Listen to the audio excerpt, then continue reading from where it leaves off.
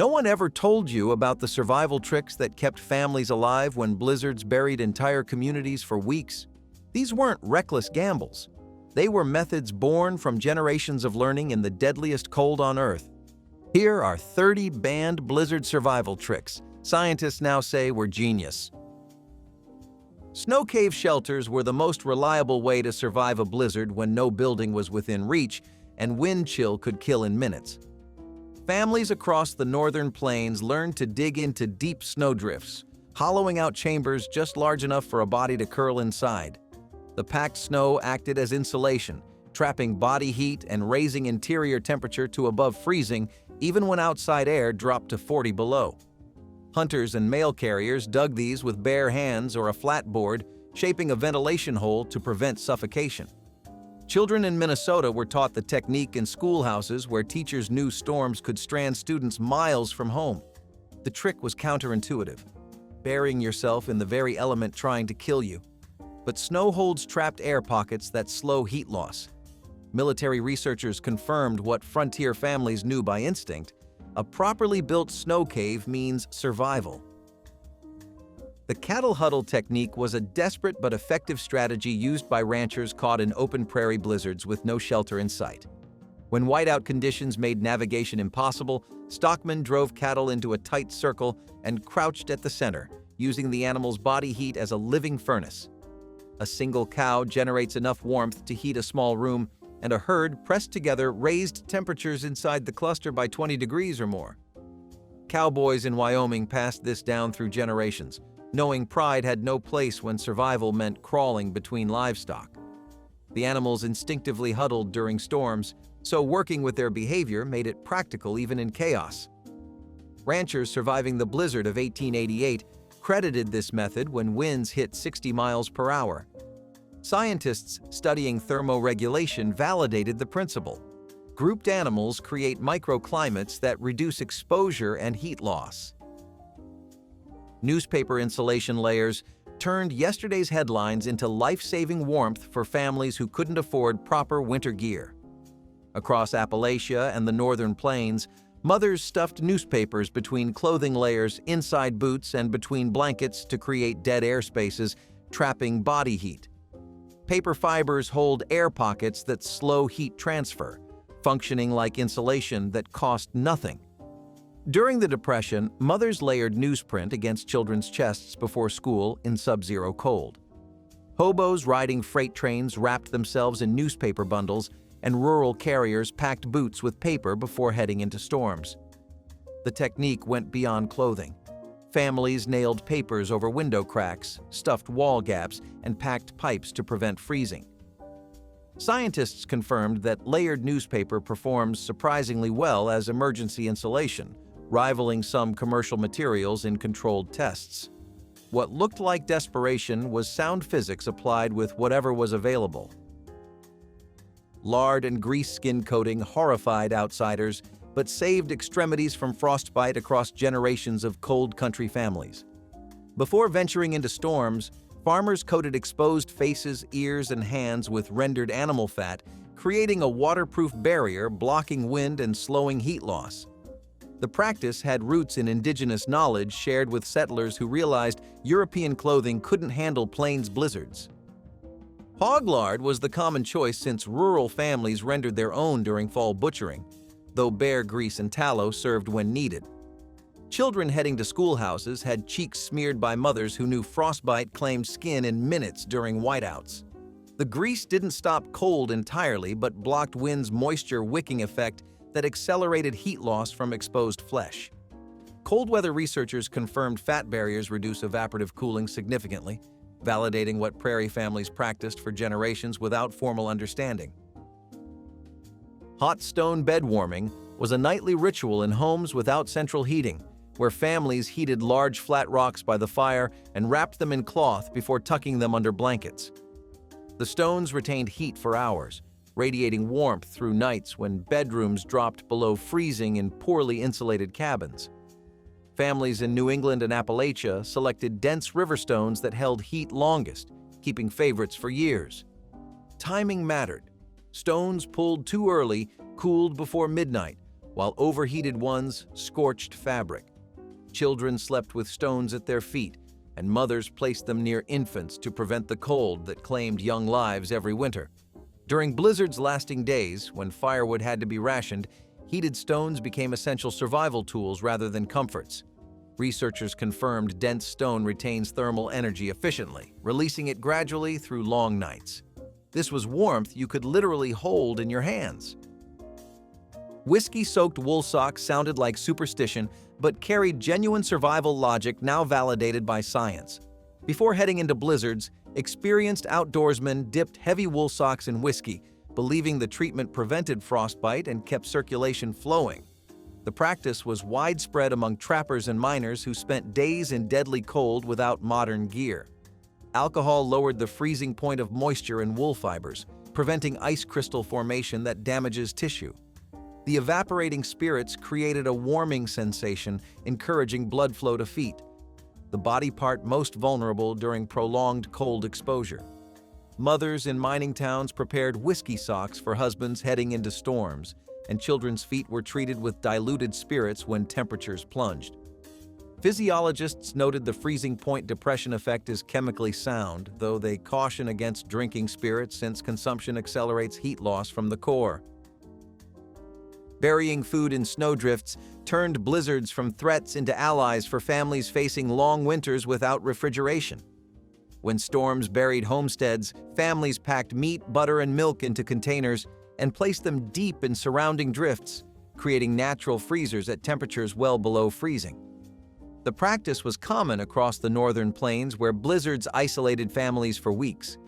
Farmers butchered livestock before major storms and packed cuts in snow, knowing drifts preserved meat better than root cellars. Burial depth was critical. Items too shallow thawed during warm spells, while deeply buried provisions stayed frozen and safe from animals. Children marked caches with sticks so they could be found after additional snowfall. Food scientists confirmed snowdrift storage maintains remarkably stable temperatures, functioning as cold storage predating mechanical refrigeration by centuries. The blizzard itself became the pantry.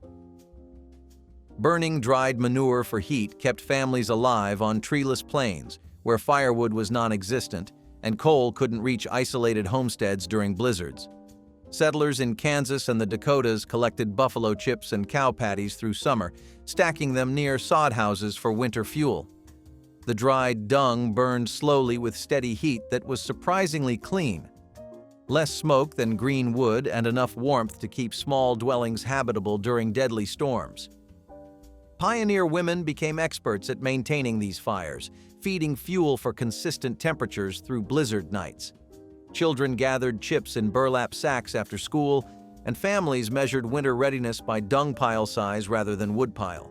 The practice drew ridicule from Easterners, but dried herbivore dung contains plant fibers that burn efficiently and has fueled cultures worldwide for thousands of years. Energy researchers confirmed its thermal output and recognized it as a legitimate sustainable fuel source. Rope lines between buildings prevented the disorientation deaths that claimed hundreds of lives across northern plains during whiteout storms. Families strung heavy ropes from front doors to barns, outhouses, and wood piles, creating paths followable by touch when visibility dropped to zero. The practice spread after the Children's Blizzard of 1888, which killed over 200 people, many within yards of shelter they couldn't find. Farmers knotted ropes at intervals to gauge distance by feel, and some color-coded lines before winter for quick identification. Children were taught never to release the rope, as losing contact in a whiteout meant wandering in circles until exhaustion claimed them. The system required only rope and discipline, but saved lives season after season. Researchers confirmed humans lose directional sense almost immediately in whiteout conditions, making physical guide systems essential for navigation during severe blizzards. Sealing windows with flour paste turned pantry staples into effective draft barriers during blizzard season. Families mixed flour and water into thick paste pressed into cracks around window frames, door jambs, and gaps where cold air cut through walls. The paste dried hard and blocked drafts that lowered interior temperatures by 10 degrees or more in cabins and farmhouses. The practice was common in Appalachian homes and sod houses where rough construction left gaps between boards that let wind slice straight through.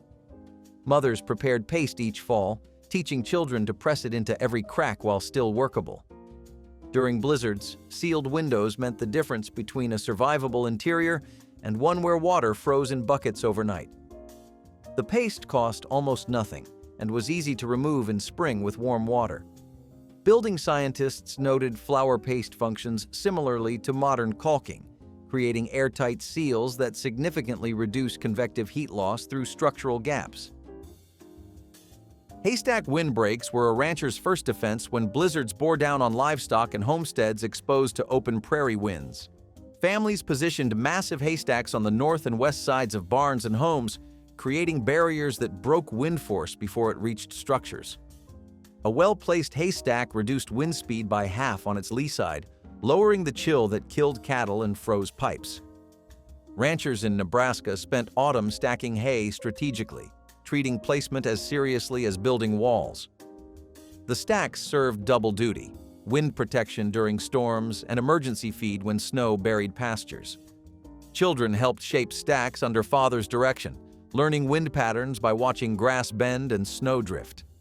After storms, haystacks showed dramatic erosion on the windward side, proof of punishment absorbed instead of buildings behind them.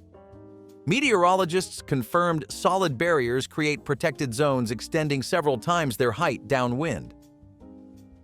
Double-door entry systems were an architectural survival trick built into frontier homes, where a single open door during a blizzard could drop interior temperature 20 degrees in seconds. Families built small enclosed vestibules between the outer door and living space.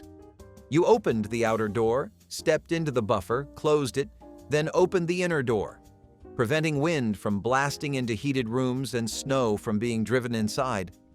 The vestibules also served as cold storage for milk, boot rooms where snow-caked clothing was removed, and spaces where frozen workers began warming before entering the house. Builders in Minnesota considered these essential, and homes without them suffered noticeably higher heat loss during storms. Children learned to close the outer door completely before touching the inner one, a discipline drilled by parents who understood the cost of carelessness. Engineers confirmed airlock-style entries reduce heat loss by up to 40%. Tallow candle emergency heat turned simple, rendered fat candles into survival heating when blizzards exhausted firewood supplies. A single tallow candle inside a clay pot or metal bucket could raise the temperature of a small space by several degrees, enough to prevent freezing in desperate circumstances. Families kept stockpiles of homemade tallow candles for emergencies, rendering beef or mutton fat during butchering season and pouring it into molds with cotton wicks. The candles burned slowly, producing both light and heat that sustained families huddled in a single room during the worst storms. The clay pot absorbed and radiated the candle's heat outward, creating a miniature heater from materials every household possessed. Children tended these emergency lights carefully, trimming wicks to prevent smoking and positioning pots away from bedding. Thermal engineers confirmed that enclosed candle and pot arrangements concentrate and radiate heat effectively in small spaces. Packing straw into clothing was a last resort insulation method that saved lives when proper winter gear failed during sudden blizzard strikes. Farmers stuffed loose straw between shirt layers, inside pants legs, around feet in boots, and under hats to create air pockets trapping body heat. The technique was critical for children walking to schoolhouses when storms struck without warning, transforming thin cotton into makeshift winter gear. Straw was available in every barn, making it the most accessible emergency insulation on any farm. The fibers created thousands of dead air spaces, slowing heat transfer, working on the same principle as modern synthetic insulation. Cowboys caught on open range stuffed shirts and chaps with dried grass grabbed from exposed hillsides. Survival instructors studying historical cold weather techniques confirmed straw-stuffed clothing significantly extends survival time by reducing convective and conductive heat loss from the body's core. Burning kerosene-soaked sand was an emergency heating method used in sod houses when conventional fuel ran out during extended blizzards. Families filled metal buckets with sand, soaked it with kerosene, and lit it to create a slow-burning heat source lasting hours. The sand regulated the burn rate, preventing dangerous flaring while extending heat output far beyond what a simple lamp provided. Settlers on the Great Plains kept buckets of sand and kerosene ready each winter, knowing week-long blizzards could exhaust wood piles and dung supplies. The technique required cracking windows slightly for ventilation to prevent carbon monoxide buildup, even in brutal cold.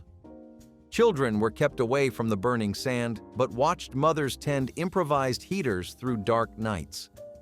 Fire safety researchers noted that sand-regulated fuel burning represents intuitive combustion control, mirroring principles used in modern controlled burn heating systems. Body heat sleeping arrangements turned family closeness into survival strategy during blizzards when fuel ran low and indoor temperatures approached freezing. Families slept together in a single bed or on floor pallets, positioning youngest children in the center where warmth concentrated and adults on the outside as living insulation. The arrangement was calculated thermal management that could mean the difference between waking up and not. Parents in sod houses understood that shared body heat under heavy blankets maintained survivable temperatures even when fires died. Dogs were brought inside and positioned near children for additional warmth. The practice required heavy quilts layered thick with coats piled on top for extra insulation against the creeping cold. Pediatric cold weather researchers confirmed communal sleeping significantly reduces hypothermia risk, particularly for infants and elderly members whose bodies lose heat fastest during prolonged exposure. Root cellar refuges served as emergency shelters when blizzards made main houses uninhabitable or when travelers needed immediate protection from deadly wind chill. These underground chambers, dug to store potatoes and preserves, maintained temperatures between 35 and 50 degrees regardless of surface conditions. Families retreated to root cellars when chimney fires destroyed homes during storms or when wind damage breached walls.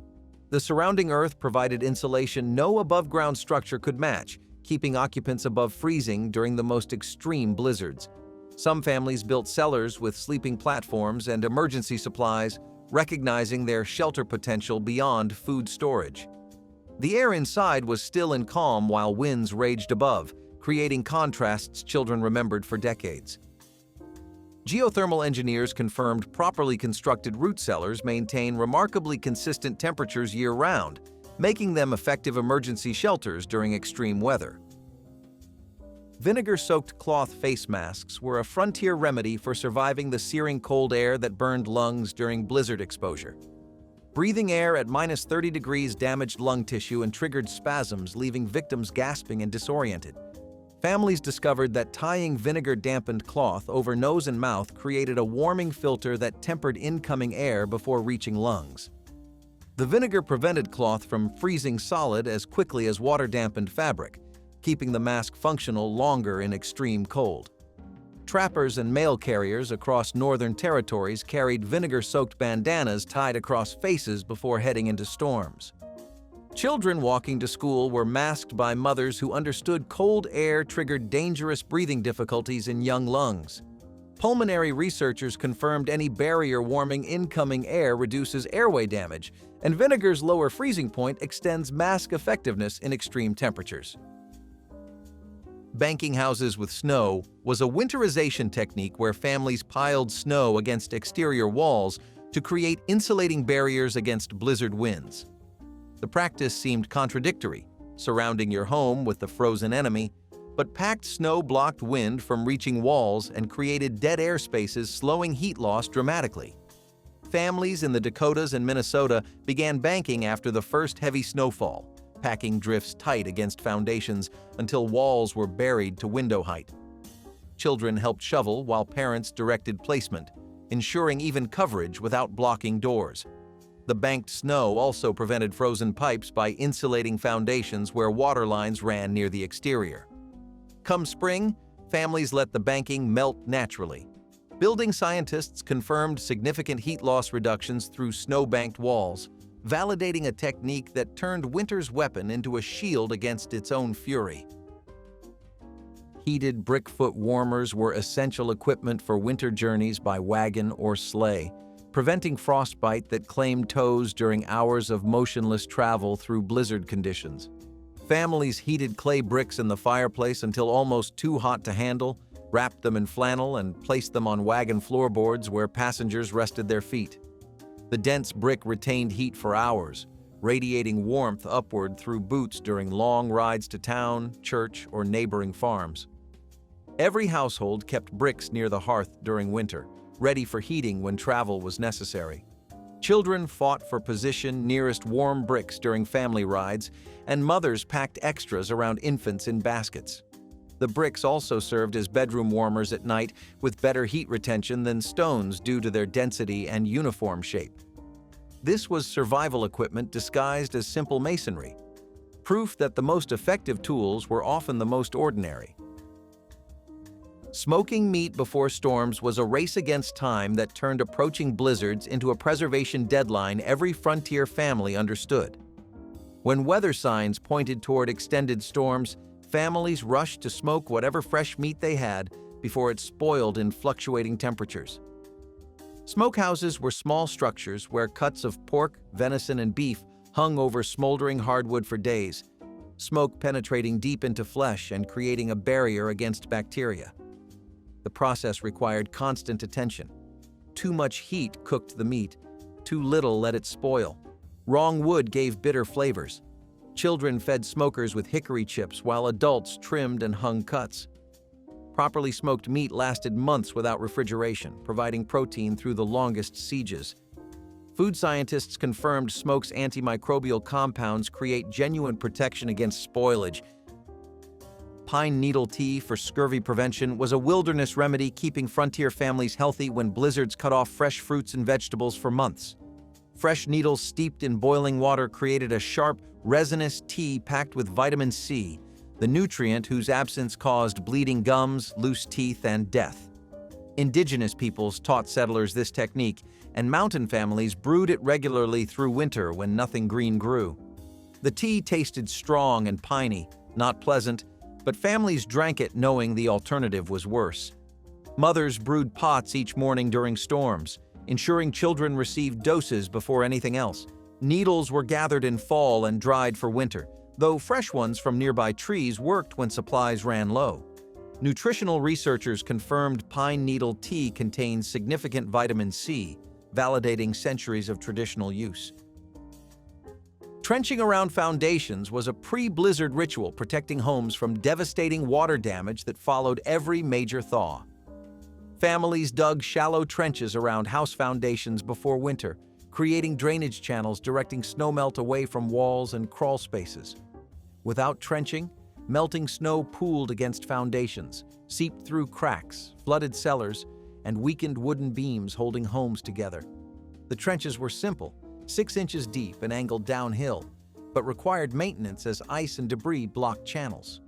Fathers and older sons cleared trenches after each storm, breaking ice with picks and shoveling packed snow from walls.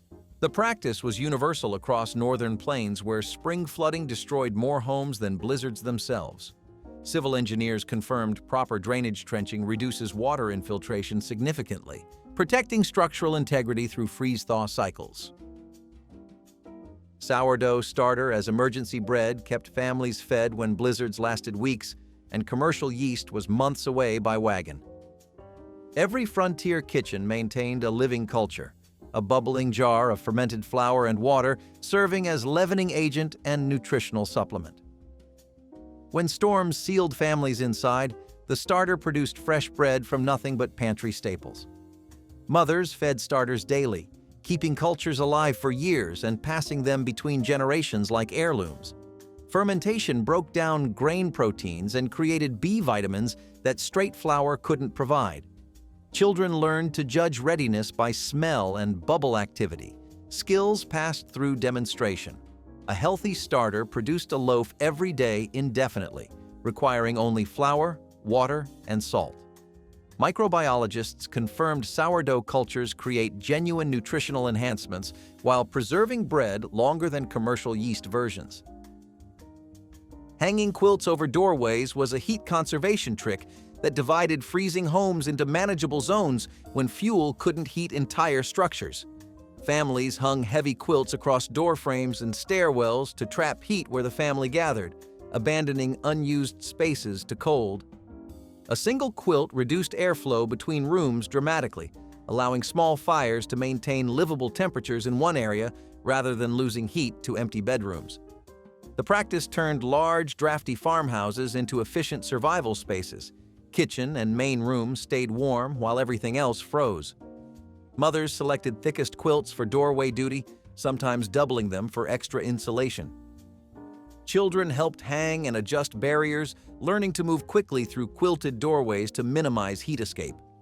Building scientists confirmed fabric barriers across openings significantly reduce convective heat transfer between rooms, validating a technique that cost nothing. Axle grease on metal surfaces prevented skin-tearing contact injuries when bare hands touched frozen metal during blizzard conditions. At -20, exposed metal, door latches, tool handles, pump mechanisms, became so cold that skin froze instantly, tearing away flesh when pulled free. Families coated every exterior metal surface with thick axle grease before winter, creating barriers between skin and frozen steel. The grease also prevented rust and ice on hinges and latches that could freeze shut, trapping families inside or locking them out of barns where livestock needed feeding. Children were taught never to touch bare metal, but accidents happened and greased surfaces reduced injury. The coating needed reapplication after storms, scraping surfaces clean. Materials scientists confirmed grease barriers prevent direct thermal contact between skin and metal, dramatically reducing cold adhesion injuries. Fermenting vegetables underground provided families with vitamin-rich food throughout blizzard season when fresh produce was impossible to obtain. Cabbage packed with salt into crocks and buried in root cellars underwent slow fermentation into sauerkraut at consistent cool temperatures. Turnips, beets, and beans received similar treatment, preserved through lacto-fermentation requiring nothing but salt, vegetables, and time. The process created tangy foods packed with probiotics and vitamins that raw vegetables lost during storage. German and Eastern European immigrants brought these techniques to the frontier, where they became survival skills adopted by neighbors of every background. Families packed crocks in autumn and drew from them all winter, the fermented vegetables providing crucial nutrition when scurvy threatened isolated homesteads. Nutritional scientists confirmed lacto-fermented vegetables retain and increase vitamin content compared to fresh produce. Using chimney heat for water supply kept pipes flowing and drinking water available when blizzards froze every exposed source solid. Families ran water lines close to chimney stacks inside walls, using radiant heat from constantly burning fires to prevent pipe freezing. Some homesteads built chimneys wide enough to incorporate small reservoirs staying warm regardless of exterior temperatures.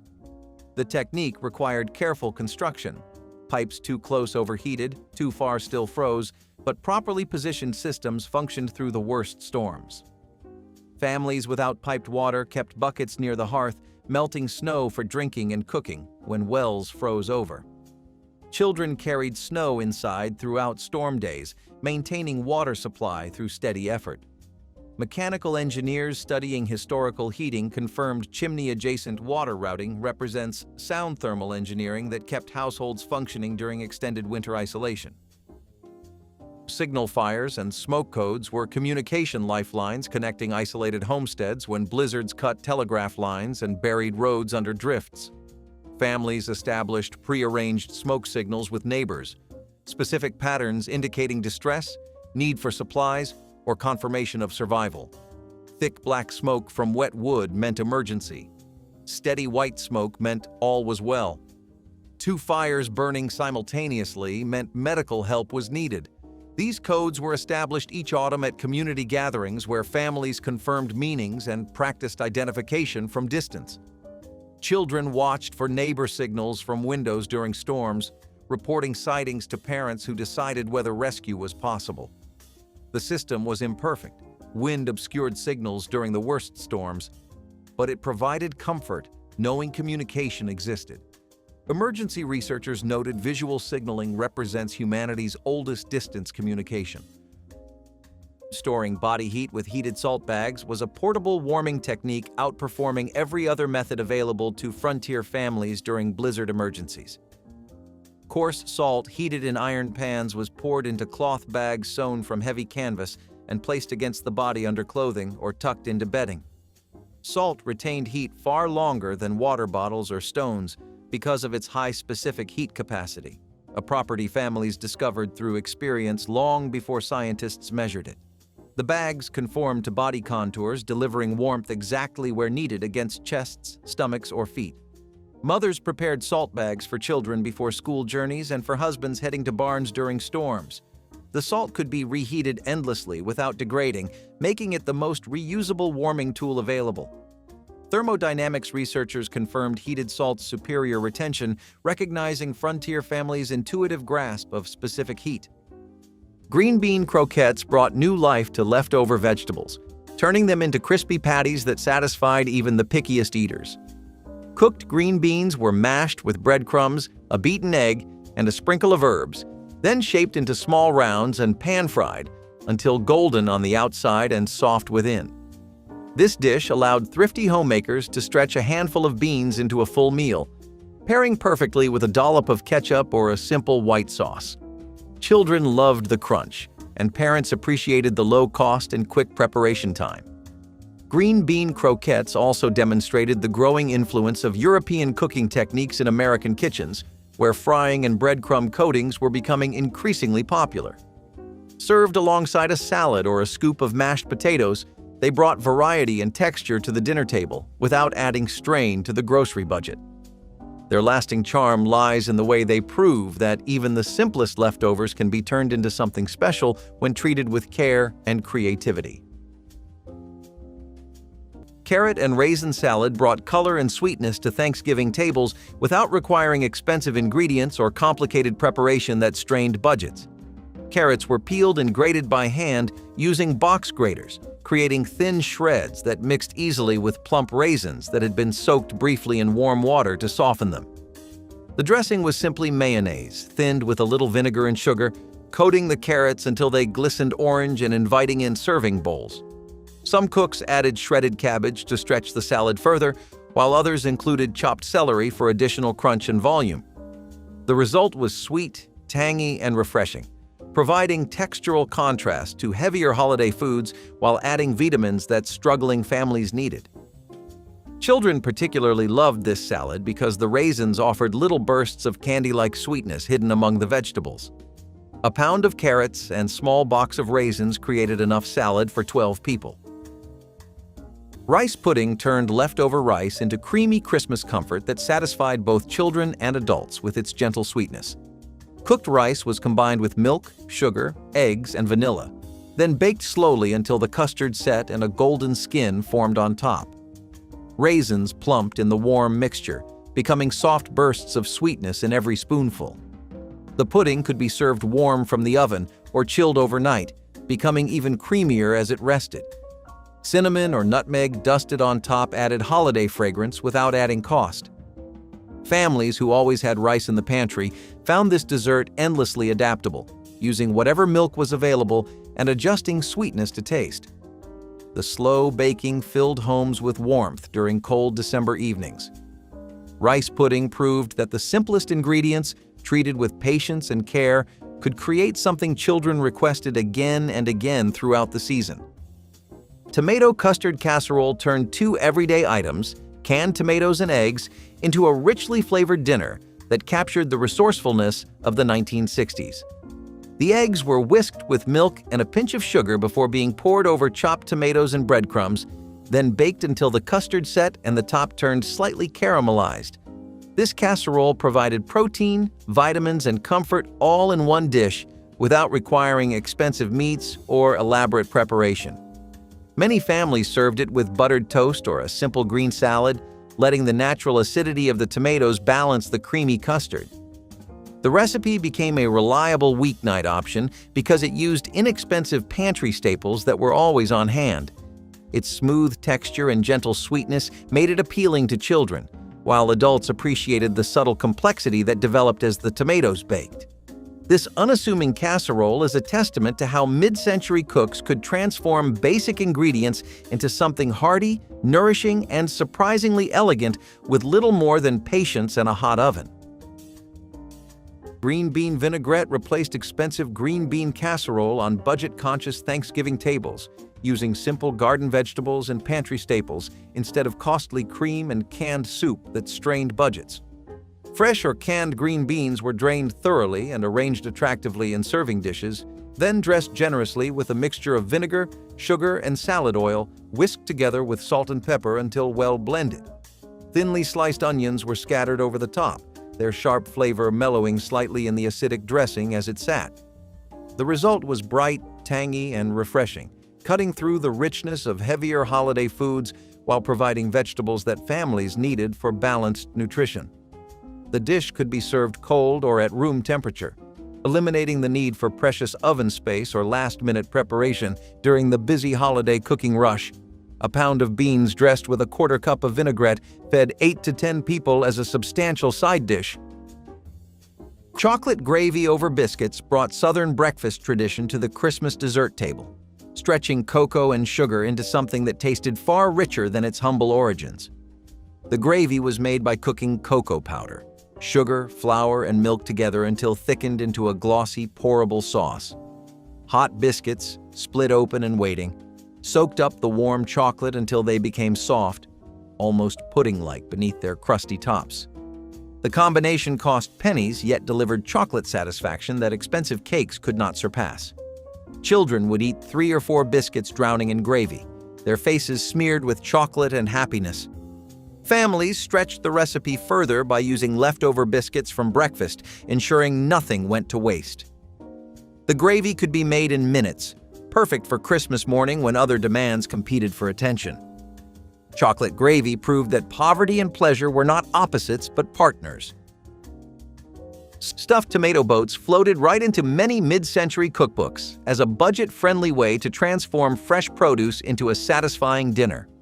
Large tomatoes were carefully hollowed and filled with a mixture of cooked rice, finely chopped celery, onion, and a light drizzle of mayonnaise dressing for moisture. Sometimes a sprinkle of paprika or a handful of breadcrumbs was added on top for color and texture. This simple combination delivered a surprising amount of flavor and a pleasing balance between the juicy tomato walls and the warm rice filling. Home cooks appreciated how the recipe allowed them to use leftover rice and vegetables, reducing waste while creating something pretty enough for company. In summer months, when gardens overflowed with ripe tomatoes, these stuffed boats provided a refreshing alternative to heavier casseroles. They were served chilled for a cool supper or lightly baked when the weather turned cold, proving their versatility across the seasons. Their bright presentation made them a standout dish for picnics, church potlucks, or a light Friday night family meal. Depression dressing carried its name from the 1930s into 1960s kitchens where thrift remained essential for family survival. Day-old bread torn into chunks was mixed with diced onions, celery leaves that would otherwise be discarded, and just enough broth to moisten without making it soggy. The mixture contained no butter, no eggs, no expensive herbs beyond a pinch of dried sage saved from last year's garden. It was spread in shallow pans and baked until the top formed a golden crust while the interior stayed soft and savory, absorbing gravy beautifully. The dressing transformed humble bread into something that felt substantial and comforting on holiday tables. 6 slices of stale bread became enough dressing for 10 people when stretched with vegetables and liquid. The technique required attention, checking frequently to prevent burning while ensuring enough crispness developed. Home economists praised depression dressing as smart homemaking, teaching young wives how their grandmothers had survived harder times. Vinegar pie mystified anyone who heard its name, yet those who tasted it discovered something remarkably close to lemon pie without the expensive citrus. The filling combined sugar, flour, eggs, butter, and plain white vinegar, creating a custard that was tangy, sweet, and surprisingly sophisticated. During the 1950s, when fresh lemons were seasonal luxuries, vinegar pie kept holiday tables bright with that essential tartness. The pie baked until the filling set and the top turned slightly golden, filling the kitchen with a caramelized sweetness that masked any hint of its humble origins. Some families topped it with meringue, stretching egg whites into billowy clouds that made the pie look far more expensive than its few cents worth of ingredients. Children never knew they were eating a substitute, they just knew they loved it. Vinegar pie represented the quiet genius of making do beautifully. Savory oatmeal bake proved that oats could be far more than a breakfast cereal, and that inexpensive pantry staples could hold their own at supper time. Rolled oats were mixed with diced onions, shredded cheese, beaten eggs, and a dash of black pepper, then baked until the top formed a golden crust. The result was a hearty loaf with a texture similar to meatloaf, but without the expense of beef. This dish allowed families to stretch their budgets while still offering a warm and filling dinner that paired well with a simple green salad or sliced tomatoes from the backyard garden. Cooks loved that the recipe welcomed additions like leftover vegetables or small bits of ham, making it an adaptable way to clear the refrigerator. Children often enjoyed the mild, nutty flavor, and leftovers could be sliced and reheated for breakfast the next morning. It embodied the frugal creativity of 1960s kitchens, where a bag of oats and a little cheese could become a main course worth serving to guests without apology. Pumpkin soup from canned pumpkin gave families an elegant first course that cost almost nothing, yet impressed guests with its golden color and smooth, velvety texture. A single can of pumpkin puree was thinned with milk or water, seasoned generously with salt, pepper, and a pinch of nutmeg, then heated slowly while stirring constantly to prevent scorching on the bottom. The soup was poured into bowls and served warm, sometimes garnished with a sprinkle of dried parsley saved from summer gardens. The flavor was earthy and mildly sweet, preparing palates for the heavier foods to follow while providing warmth and nourishment on cold November afternoons. Home economists promoted this soup as sophisticated entertaining on a budget, showing housewives that they could serve multiple courses without spending beyond their means. The canned pumpkin that cost 35 cents stretched into soup for 8 people when properly diluted and seasoned, making it remarkably economical for struggling families. Popcorn balls were the edible decorations that doubled as desserts, hanging from Christmas trees before being devoured by eager children. Popped corn was mixed with a hot syrup of sugar, corn syrup, and butter that bound the kernels together into sticky, sweet spheres. Working quickly while the syrup was still pliable, mothers shaped balls with buttered hands, sometimes adding food coloring for festive red and green versions. The cost was minimal. Popcorn was among the cheapest snacks available, and the syrup ingredients were pantry staples. Children watched the transformation with wonder, seeing everyday popcorn become something magical and Christmassy. Wrapped in waxed paper or cellophane, popcorn balls became gifts for neighbors and classmates. The satisfying crunch gave way to caramelized sweetness that lingered on fingers and faces. Popcorn balls proved that celebration did not require expensive ingredients, just creativity and a willingness to get a little sticky. Hamburger rice skillet pie demonstrated the 1960s knack for stretching a pound of meat to feed a crowd. Ground beef was cooked with onions, peppers, and a generous helping of cooked rice before being spread in a skillet or shallow casserole.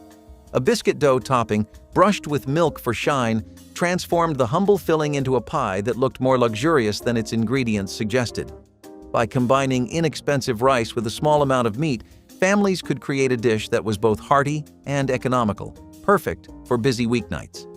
The biscuit layer soaked up the savory juices as it baked, giving each slice a comforting blend of flavors and textures. Many homemakers wrote this recipe on index cards to keep near the stove because it could be made entirely from pantry staples. Children enjoyed the fluffy crust and mild seasoning, while parents appreciated how it filled plates without emptying wallets. This skillet pie remained a dependable favorite for decades because it embodied practicality without sacrificing taste or warmth at the dinner table. Water gravy transformed basic ingredients into sauce that made dry meat and plain dressing taste like abundance for budget-conscious families.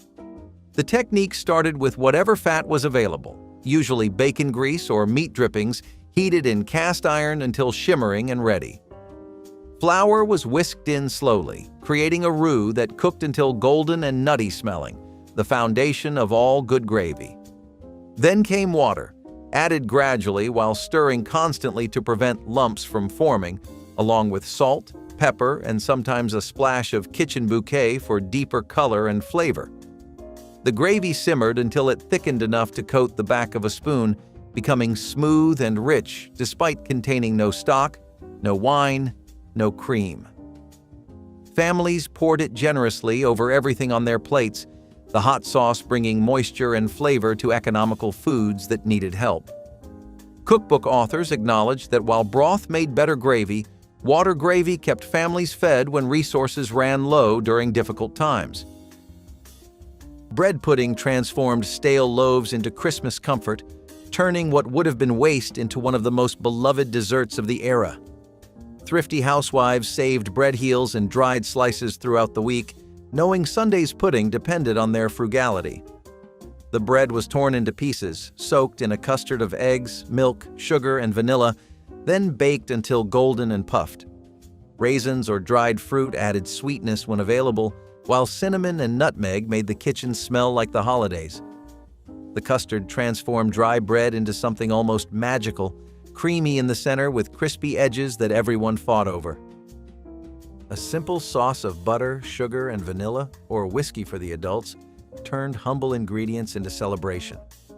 Bread pudding cost nearly nothing yet delivered warmth and satisfaction that expensive desserts could not match. It taught children that nothing should ever go to waste. Apple sausage bread. Pudding married sweet and savory flavors in a way that perfectly captured the experimental spirit of the 1960s kitchen. Day-old bread cubes soaked up a custard of milk and eggs before being mixed with diced apples and small bits of sausage for richness. The dish baked until the top turned golden and the apples released their gentle perfume, filling the home with an inviting scent. By using stale bread and modest amounts of meat, Thrifty cooks created a dinner that felt both indulgent and practical. The sweetness of the fruit balanced the smoky sausage, while the custard kept every bite moist. Families often served it with a simple green salad for contrast or a drizzle of maple syrup when they wanted extra sweetness. This recipe highlighted the era's willingness to blend unexpected flavors while keeping costs low. Leftovers reheated beautifully for breakfast the next day, making it a true two-meal wonder that reflected the frugal yet inventive cooking style of mid-century American households. Mashed potato casserole turned yesterday's leftovers into tomorrow's Thanksgiving side dish, embodying the waste-nothing philosophy that governed 1960s kitchens and family budgets. Cold mashed potatoes were mixed with a beaten egg to bind them together, spread evenly in a buttered baking dish, and topped with breadcrumbs made from dried bread crust that had been saved throughout the week. The casserole baked until the top turned golden and crispy, while the potatoes underneath stayed creamy and smooth, creating textural contrast that made it more interesting than plain mashed potatoes served fresh. Some cooks added diced onions or grated cheese when available, but the basic version required only potatoes, egg, and crumbs to create something worthy of holiday tables. The dish stretched limited resources by making day-old potatoes feel new and special rather than boring leftovers. Families prepared it the morning of Thanksgiving and baked it while the main dishes cooked, saving precious time and oven space. Baked apples filled 1950s homes with the scent of cinnamon and brown sugar, transforming affordable fruit into individual holiday desserts that made everyone feel special. Rome or Granny Smith apples were cored and filled with a mixture of brown sugar, butter, cinnamon, and sometimes raisins or chopped nuts. Baked until tender and bubbling, each apple became its own serving, collapsing slightly into caramelized sweetness. The cooking liquid in the pan turned into syrup that was spooned over the apples before serving. A dollop of whipped cream or scoop of vanilla ice cream elevated the humble apple into company-worthy dessert. Families with apple trees or access to farm stands paid almost nothing for this elegant treat. Children loved having their own personal dessert rather than sharing a slice. Baked apples represented the 1950s philosophy of making simple things feel abundant and special. Buttermilk potato pancakes were a beloved solution for leftover mashed potatoes and a shining example of kitchen thrift in mid-century America. Cold mashed potatoes were combined with tangy buttermilk, a beaten egg, and a bit of flour to create a batter that fried up into golden cakes with crisp edges and fluffy centers. Served hot from the griddle, these pancakes paired beautifully with applesauce, sour cream, or a simple sprinkle of salt and pepper. The recipe offered a new life to yesterday's potatoes, ensuring that nothing in the kitchen went to waste. Families welcomed the comforting aroma that filled the house as the pancakes cooked, making even an ordinary weeknight feel special. They were hearty enough to stand alone as supper, but also worked well alongside a small slice of ham or a bowl of vegetable soup. Easy to make and quick to cook, these pancakes became a regular part of many 1960s dinner rotations and remain a reminder that frugality can be delicious when handled with care and creativity. Biscuit rolls replaced expensive yeast rolls on Thanksgiving tables, using quick biscuit dough shaped into elegant crescents that looked festive and special despite costing almost nothing to prepare. Flour, baking powder, salt, and lard were cut together with a pastry blender until the mixture resembled coarse crumbs. Then just enough milk was added to form soft dough that could be rolled out thin on floured kitchen counters. The dough was cut carefully into triangles, rolled up tightly from the wide end toward the point, and curved gently into crescent shapes before being placed on baking sheets and baked until golden brown and puffed. The rolls emerged from the oven hot and flaky, their buttery layers pulling apart easily when broken open at the table, steam rising from the soft interior. Families brushed them immediately with melted margarine while still warm, creating an attractive shine and adding richness that made them look more expensive than they actually were. Graham cracker cake required no oven at all, making it perfect for busy holiday kitchens where the stove was already occupied with dinner. Layers of graham crackers were stacked with sweetened whipped cream or vanilla pudding between them, then refrigerated overnight until the crackers softened into cake-like layers. The transformation was almost magical, crisp crackers becoming tender and yielding, absorbing the cream until they melted on the tongue. Chocolate pudding variations created a dessert that rivaled expensive bakery cakes in appearance and satisfaction. The whole thing cost a fraction of traditional layer cakes and required no baking skill whatsoever. Children could help assemble layers, making it a family activity during the hectic holiday season. Crushed graham crackers sprinkled on top added crunch and visual appeal. This icebox cake proved that refrigerator and patience could replace oven and expertise while delivering equal celebration. Celery and cheese soufflé brought elegance to an inexpensive vegetable that most people considered only a snack or soup ingredient. Finely chopped celery was sautéed with a bit of butter and folded into a fluffy base of beaten eggs and grated cheese before being baked until the top rose and browned. Despite its sophisticated appearance, the ingredients were simple and affordable, making it a popular choice for dinner parties on a budget. The soufflé delivered a gentle crunch from the celery against the airy texture of the eggs, surprising guests who expected something plain. Because the recipe relied on pantry staples like milk, eggs, and a small amount of cheese, it fit perfectly into the frugal cooking philosophy of the time. Home cooks loved that it felt fancy without requiring costly ingredients or specialized equipment. Served with a crisp salad or a slice of toasted bread, this dish turned an ordinary evening into a special occasion and demonstrated how a humble vegetable could take center stage in a memorable meal. Cranberry fluff stretched expensive fresh cranberries into a colorful dessert salad that fed crowds while costing only pennies per serving for 1960s Thanksgiving celebrations. A small package of fresh cranberries was ground through a hand-crank meat grinder along with one whole orange peel and all, creating a tart, chunky mixture that was both bright and flavorful. This base was sweetened generously with sugar and mixed thoroughly with miniature marshmallows that had been purchased on sale after Halloween, along with whatever canned fruit happened to be cheapest at the grocery store that week.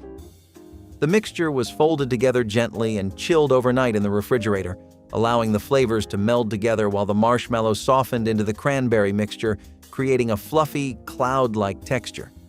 The result was sweet, tart, and fluffy all at once, with little bursts of fruit throughout and enough vibrant color to make it look festive and special on holiday tables. Snow ice cream appeared like magic after winter storms, requiring nothing more than fresh fallen snow, sugar, vanilla, and milk or cream.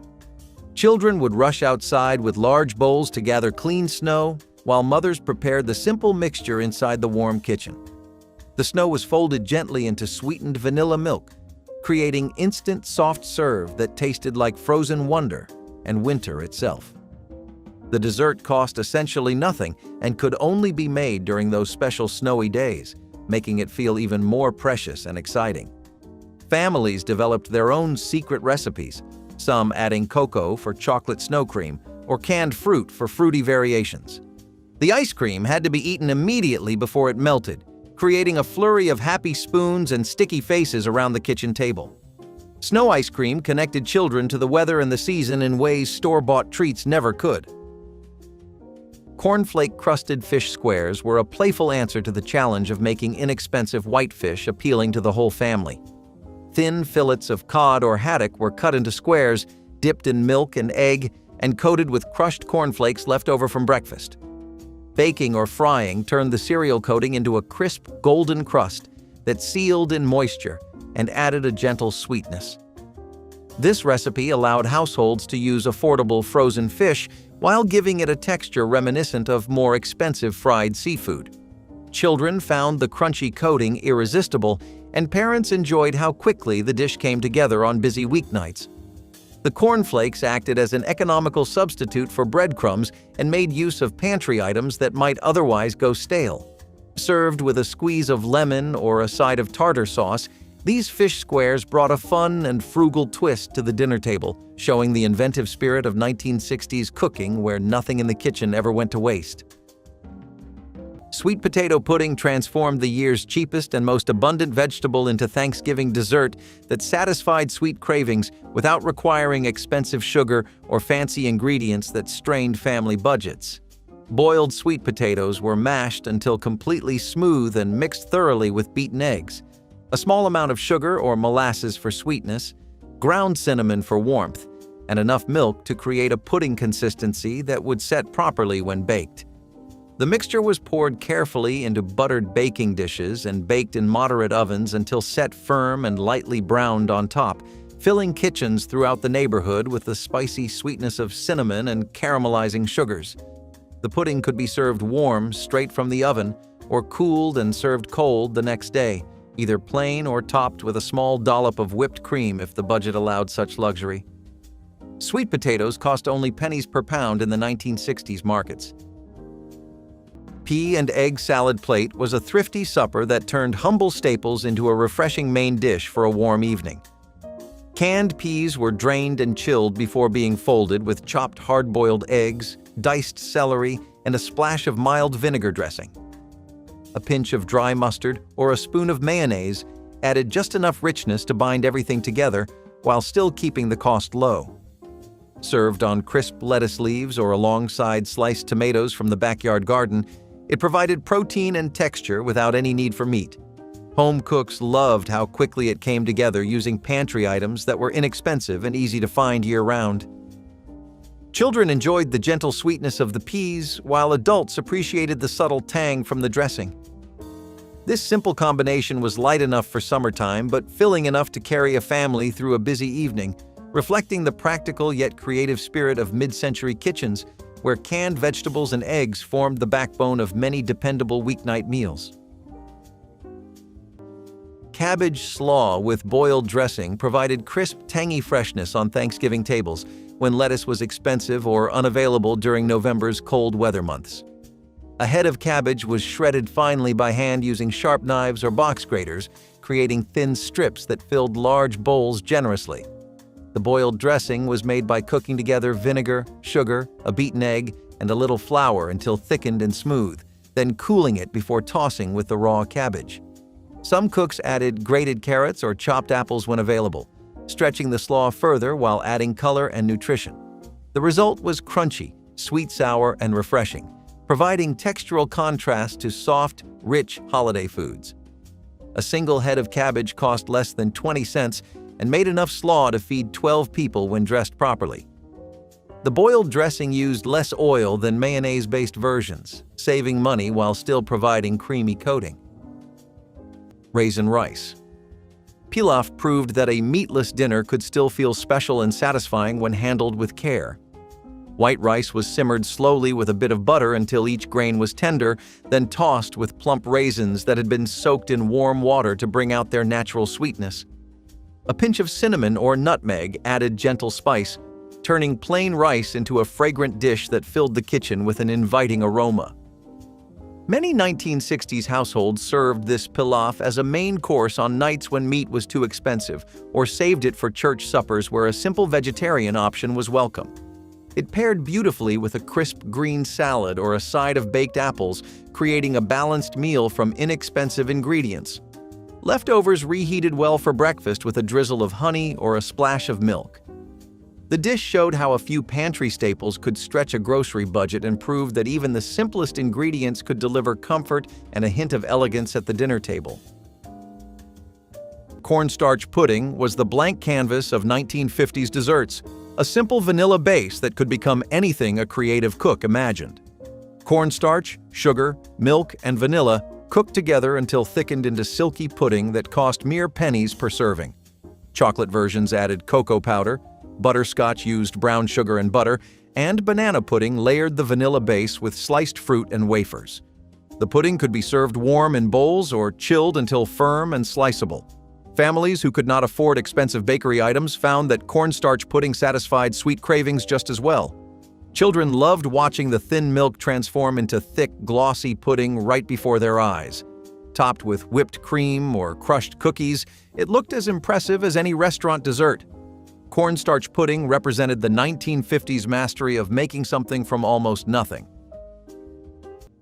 Which blizzard survival trick surprised you the most? Drop your answer in the comments and share the ones your family still remembers. Hit like and subscribe so we can keep uncovering the forgotten genius our ancestors left behind.